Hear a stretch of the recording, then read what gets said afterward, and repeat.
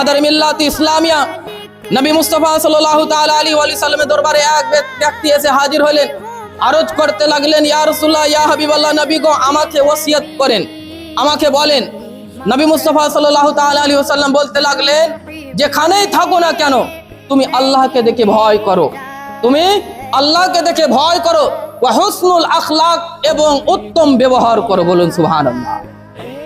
বিরাদার মিল্লাত ইসলামিয়া নবী মুস্তাফা সাল্লাল্লাহু তাআলা আলাইহি ওয়া সাল্লামকে জিজ্ঞাসা করা হলো, ইয়া রাসূলুল্লাহ, ইয়া হাবিবাল্লাহ, নবী গো সব চাইতে উত্তম আমল কোনটি, সব চাইতে পারফেক্ট আমল কোনটি, সব চাইতে পরিপূর্ণ আমল কোনটি?